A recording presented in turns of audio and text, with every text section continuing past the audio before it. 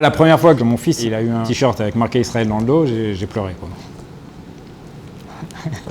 J'ai du mal encore de voir un maillot avec marqué France, ça me fait rien du tout, mais de voir un maillot que lui joue avec un maillot d'Israël, c'était un aboutissement, c'était vraiment pour moi quelque chose d'important.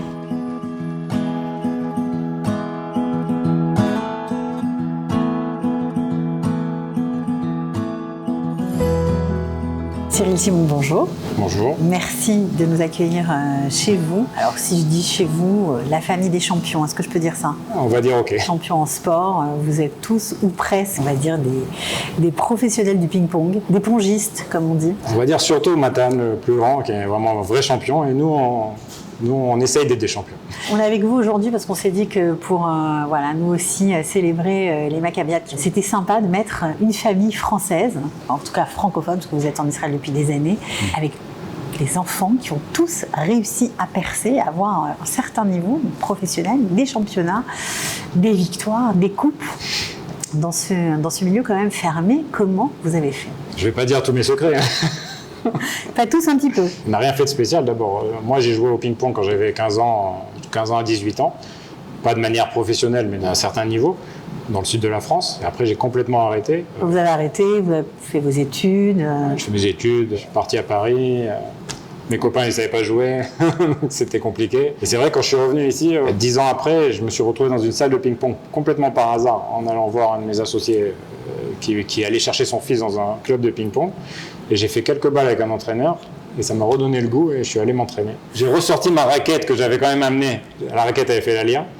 Elle avait été d'époque. Je me suis remis à m'entraîner. Je dis pourquoi pas remettre à m'entraîner. J'ai repris les sensations et c'est là que j'arrivais dans un club à Givatayim où j'ai vu des enfants. On m'a dit celui-là il est champion d'Israël 10 ans, celui-là 12 ans, celui-là 14 ans, celui-là 18 ans. Vous étiez épaté. J'étais épaté. J'ai commencé à jouer avec eux. Enfin surtout les plus petits parce que les plus grands c'était intouchable pour moi. Il n'y avait plus le niveau. J'ai accroché quelques matchs et puis je suis revenu à la maison. Je dis à ma femme, Matane, mon fils, il avait 8 ans. J'ai dit à 10 ans il faut qu'il soit champion d'Israël. Et on a joué sur la table du salon. Ça a commencé comme ça. Ah ouais, la table était un peu plus petite, la maison un peu plus petite aussi. On a mis des cassettes vidéo, il y avait encore des cassettes vidéo à l'époque. Et on a commencé à toucher, à s'envoyer la balle le Shabbat et on jouait au ping-pong sur la table du salon. Il a accroché. Et il a accroché, il était doué. Quelques mois après, je l'ai amené dans le premier club, parce que je pense à la rentrée. Et ils ont regardé, ils ont vu qu'il touchait pas mal la balle pour quelqu'un qui n'avait jamais joué, entre parenthèses. Et puis ils ont commencé à corriger tout ce que je lui avais appris. Ok, un champion, d'accord, dans une famille, ça peut passer on va dire que ça relève de l'exception, mais 4 fils qui sont tous sportifs de haut niveau, c'est incroyable. Il y a un secret. D'abord, ils sont admiratifs de leur grand frère, donc ils le suivent tous. Et c'est vrai que la compétition, chez nous, tout est compétition. Dans tout domaine? En général, c'est ce qu'on dit. Moi, je sais pas, je le ressens pas. C'est comme ça qu'on fait des champions? Cagnerait. On doit avoir appris dans la petite enfance à vouloir gagner. Oui, l'esprit de compétition, le jeu, c'est comme ça que ça fonctionne. Et au ping-pong aussi, ma femme a toujours été énervée que j'ai jamais laissé gagner mon fils quand il était petit. Même quand il était champion, je le gagnais encore jusqu'à 13 ans. Je me souviens encore, parce qu'à 13 ans, on a joué ensemble dans un championnat et il m'a mis une tannée. Et depuis c'est toujours la tannée. Ça, c'était une fierté pour vous à ce moment-là? Ouais, je lui ai dit, avant de jouer, je lui ai dit, de toute façon, je perds, je serai content, je gagne, je serai content aussi. Qu'est-ce qu'ils ont gagné comme titre? Le grand, il a été 7 fois champion d'Israël en simple, depuis 10 ans jusqu'à 21 ans. Et il n'a pas encore été champion d'Israël en adulte, il a été vice-champion d'Israël adulte. Cette année, il était champion d'Israël en double, puis il a eu plein de titres en double. En équipe, il a dû avoir 8 titres championnat d'Israël avec Givatayim, aussi bien la Ligue que la Coupe, qu'ils ont gagné il y a une semaine d'ailleurs. Et il a gagné une fois, il était dans les 20-30 premiers Européens jeunes, donc ça fait beaucoup de titres. Donc il a sa chambre pleine de coupes, passe tous les autres petits titres, etc. On parle que du championnat d'Israël, mais c'est vrai que c'était le joueur de sa génération. Ça veut dire j'imagine qu'il faut des sacrifices de la part des parents, il faut que tout tourne autour de ça, il faut les amener au club, il faut vraiment miser sur eux. D'abord, ça part de lui, parce qu'il fallait qu'il s'entraîne tous les jours. De 10 ans jusqu'à 21 ans, il s'est entraîné une fois ou 2 fois par jour, sauf le week-end. Et encore le week-end, on jouait ensemble à la maison, donc on trouvait toujours un moyen de jouer. Mais c'est vrai que de sa part, d'abord, c'est beaucoup de sacrifices. Pas d'anniversaire, pas les bar mitzvah, même il ne nous le disait pas, parce qu'il avait les entraînements. Pour lui, l'entraînement, c'était d'abord. Et puis pour nous aussi, quoi. Pessar, c'était toujours le championnat d'Israël. On ne pouvait jamais partir, ou alors c'était la moitié de la famille qui partait, nous on rejoignait après le championnat. Pareil pour Purim ou pour Sukkot, c'était toujours des championnats. Alors on s'est toujours battu, il n'y a jamais eu de championnat pendant un Shabbat, parce qu'on était chômeur Shabbat. C'est vrai que c'était l'accompagner, rester avec lui. Quand il avait 10 ans, moi je partais à l'étranger avec lui aussi. La chance, je pouvais travailler de n'importe où, donc c'était pas un problème. Bon, c'est une passion partagée, on va dire. Ah oui, j'imagine. Et les autres? Alors les autres, ma fille est plus artistique, donc elle n'a pas touché à la raquette. Et mon autre fils qui a 17 ans aujourd'hui, à 9 ans, il était vice-champion d'Israël. Très doué. Il travaillait un peu moins, mais très doué. Et après, il a décidé d'aller vers notre sport, donc le basket, et jouer en léomite. Et jusqu'à maintenant, il va se concentrer sur préparation pour l'armée. Donc c'est aussi pour lui une compétition. Ouais. Ce qui est intéressant aussi, c'est le passage entre l'école et le sport. C'est-à-dire que pour moi, le sport, c'était toujours... C'était avant l'école? Presque. Ouais, pratiquement avant l'école. Pourquoi? D'abord parce que ma mère ne m'a jamais laissé faire compétition. Parce qu'elle me disait, il ne faut pas louper l'école. Vous êtes vengé avec vos enfants? Voilà, j'ai vengé avec mes enfants. Ma femme voulait toujours les punir au cas où ils faisaient quelque chose. Tu n'iras pas à l'entraînement. Je dis non, l'entraînement, on ne punit pas l'entraînement. L'entraînement, c'est comme un travail. Donc, mais c'est vrai que mon fils, celui qui était à Wingate, donc, qui était en sport-études à Wingate, en Pnimia, l'école, pour lui, c'était la compétition aussi. Donc il a fait 5 yéchidot en maths, 5 yéchidot en physique, alors qu'il voyageait tous les mois, il était à l'étranger. Un acharné. Il loupait, ouais. Quand sa prof de maths, elle lui a dit, écoute, ce serait mieux si tu descends en 4, il a dit non, moi je reste en 5. Alors que c'est plus dur. Mais vraiment l'esprit de compétition dans tout ce qu'il a fait jusqu'à maintenant, quoi. Et je pense que c'est ce qu'on apprend le plus dans le sport. Et dans la compétition en général, on peut faire n'importe quel sport, faire de la compétition, peut-être encore plus dans le sport individuel. Vous avez connu le sport en France, le professionnalisme du sport français aussi. C'était une surprise de voir qu'ici, c'est pas tellement organisé, qu'après un certain âge, il n'y a plus rien, il n'y a pas de structure. Ouais, qu'on l'a vécu plus avec Matane qui a grandi et qui a plus que moi dans le sport professionnel. Non, mais... Quand il voyageait tout le temps, championnat d'Europe junior, championnat d'Europe, on voyait les Français qui arrivaient avec...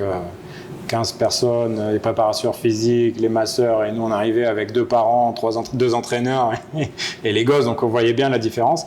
Et c'est vrai qu'ici, le sport est beaucoup moins sérieux, ça dépend un peu des catégories. C'est vrai que l'Alia russe a amené beaucoup plus de sérieux dans le sport, parce que même dans le ping-pong, il y a énormément de gens de l'ex-URSS. Et ce qui est très dommage, c'est après 18 ans, il y a l'armée, alors même s'il était sportif de haut niveau, après l'armée, c'est vrai qu'il n'y avait plus de structure. Il n'y avait plus du tout de structure pour son niveau. Il restait que 1 ou 2 joueurs. Sinon, il fallait partir.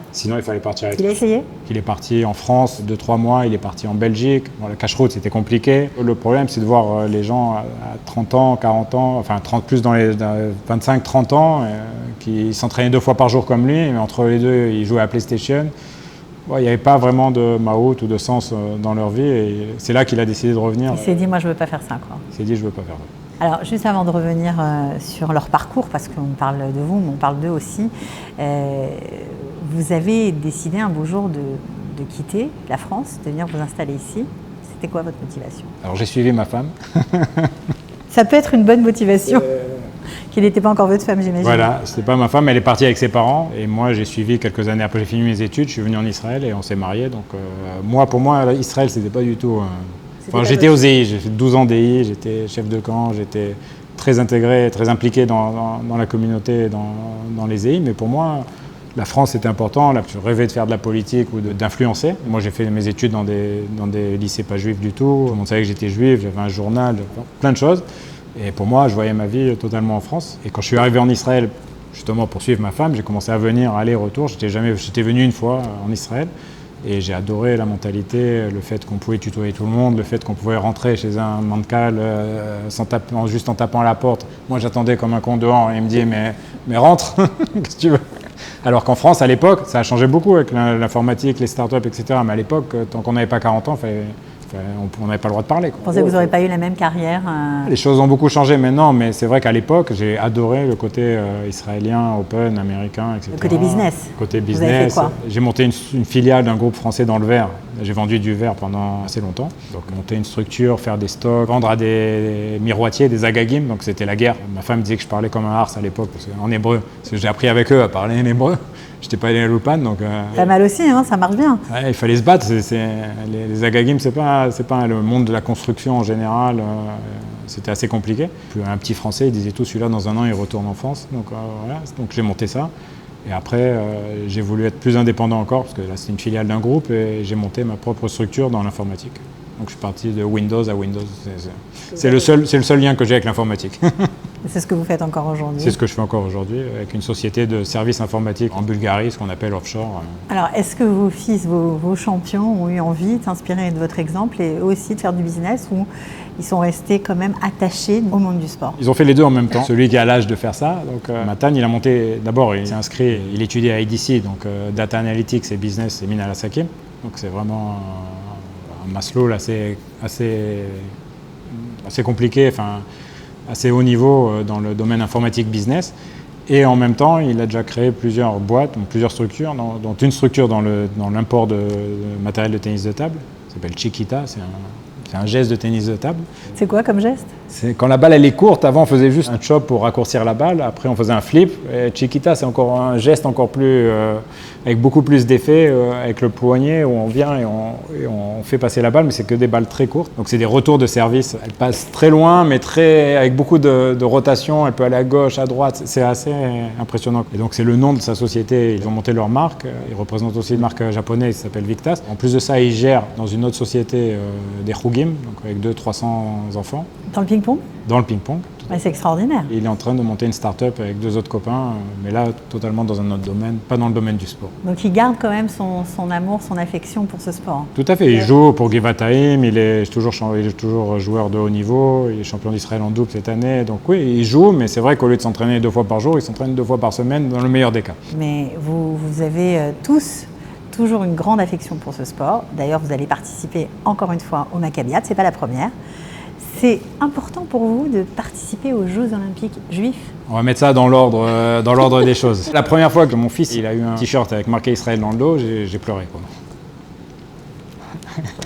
J'ai du mal encore de voir un maillot avec marqué France, ça me fait rien du tout, mais de voir un maillot que lui joue avec un maillot d'Israël, c'était un aboutissement, c'était vraiment pour moi quelque chose d'important. Il a toujours son maillot avec marqué. Il en a plein maintenant, mais quand il est rentré dans l'équipe d'Israël très petit, 12 ans, on était allé en Turquie juste après le Marmara pour le championnat d'Europe avec Guy Chomrero. Quand on est arrivé, ils nous ont dit si quelqu'un vous tire dessus, vous vous mettez par terre. Enfin, c'était l'horreur. Mais comment vous pouvez me dire ça alors que vous me disiez que Israël pour vous c'était pas au programme? Si vous n'aviez pas rencontré votre femme, vous ne seriez pas monté. Non, mais je suis tombé amoureux de ma femme et par la suite d'Israël.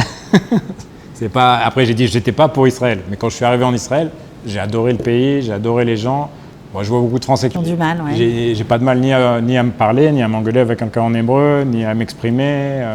Même si j'ai jamais été à l'Ulpan, donc j'écris pas forcément très bien, etc. Donc, mais le langage, on va dire la manière des gens, elle me dérange pas du tout, quoi. Je suis pas en train de dire les Israéliens sont comme ça, ils sont comme ça. Non.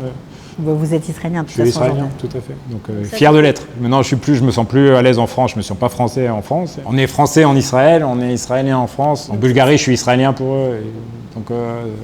Alors cette année, vous allez être combien à participer au Maccabiad? Alors, on devait être 4 Simon. Donc il y avait moi, Matan, bien entendu, Eli, qui a 17 ans, et Shai, qui a 14 ans.